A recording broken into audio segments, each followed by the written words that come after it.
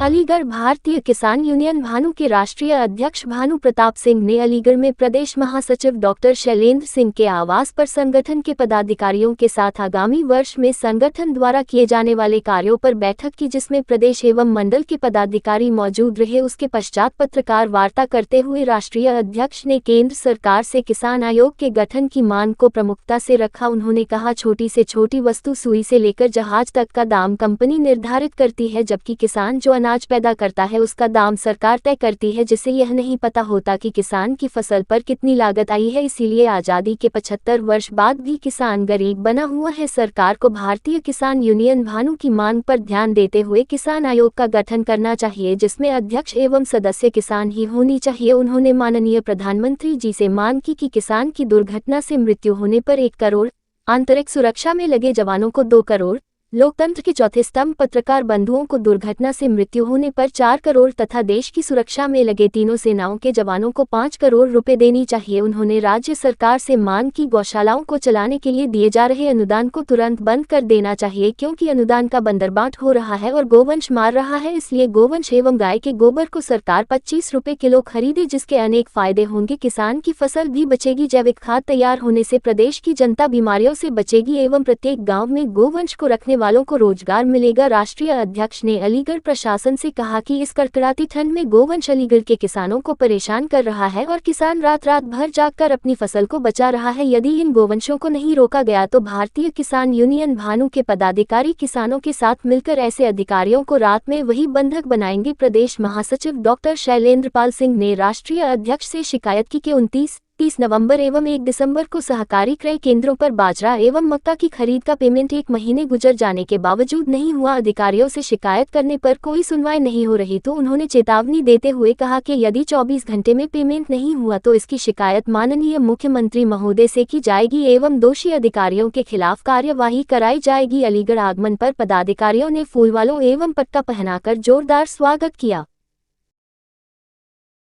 एक कंप्यूटर कांटा दे दिया जाए और सरकार घोषणा कर दे कि चाहे बैल हो, चाहे बछड़ा, चाहे बूढ़ी गाय हो, चाहे बिना दूध की गाय हो, चाहे दूध वाली गाय हो, सबको गौवंश रक्षक मित्र ये काम करेंगे कि उनका गोबर खरीद के और पक्के गड्ढे बनवाई दिए जाए सरकारी, उनमें डालेंगे और उस जो चाहे बाड़ा बना के गौवंश को बांध ले, चाहे कैसे मान ले, उसके खाते में 25 रुपये किलो के हिसाब से पैसा जाएगा।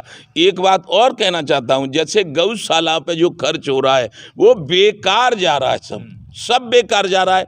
तो इसलिए चाहे बड़ी गौशाला हो, बुरी मानेंगे गौशाला वाले, लेकिन मैं सही कह रहा हूँ, क्योंकि उनका भी गोबर बिकेगा। वो ज़्यादा खिलाएंगे ज़्यादा देगी, और नहीं खिलाएंगे, जैसे कुछ गौशाला ऐसी पड़ी हैं जिनमें अनुदान आता है, उससे बड़ी बड़ी गाड़ियां खरीद ली जाती हैं और गायों को भूखा मारा जाता है। तो ये पाप पड़ रहा है सरकार पे। भारत माता की शांति रहो। तो मेरे कहने का तात्पर्य है कि गौवंश का गोबर बिकेगा तो जितने ठलुआ गौवंश घूम रहे हैं, खेत उजाड़ रहे हैं, वो हमारे गांवों से जो हमारे ठलुआ, जो हमारे मतलब जिन पे कोई काम नहीं है, या उनको कह लीजिए बेरोजगार, वो कोई 4, कोई 6, कोई 10, कोई 20 पालेगा, बांधेगा और गोबर बिकने के लालच में गऊओं का पेट भरेगा। पेट भरने के बाद गोबर बिकेगा, तो वो गोबर गौवंश रक्षक मित्र उस गड्ढे में डालेंगे, गड्ढा आड़ दिया जाएगा, 6 महीने में कंपोस्ट खाद बन जाएगा। आज जो DAP और यूरिया से मर्जें हो रही हैं, वो किसान को अनुदान पर दिया जाए, उसकी खपत कम हो जाएगी और गौवंश के कंपोस्ट खाद से जो फसल पैदा होगी उसमें कोई बीमारी नहीं होगी, सब फायदे ही फायदा हैं। और हमारे माननीय मुख्यमंत्री जी का और माननीय प्रधानमंत्री जी का, जो नरेंद्र मोदी जी का और योगी आदित्यनाथ का जो संत हैं, उनका यश सारे भूमंडल में छा जाएगा कि गौवंश की भी रक्षा कर दी और गौवंश पालने वालों को भी रोजगार दे दिया। और गौशाला से, मैं फिर कह रहा हूँ, गौशाला से कभी भी गायों को भोजन नहीं मिलता है। और गौशाला के अनुदान से गाड़ियां खरीद ली जाती हैं।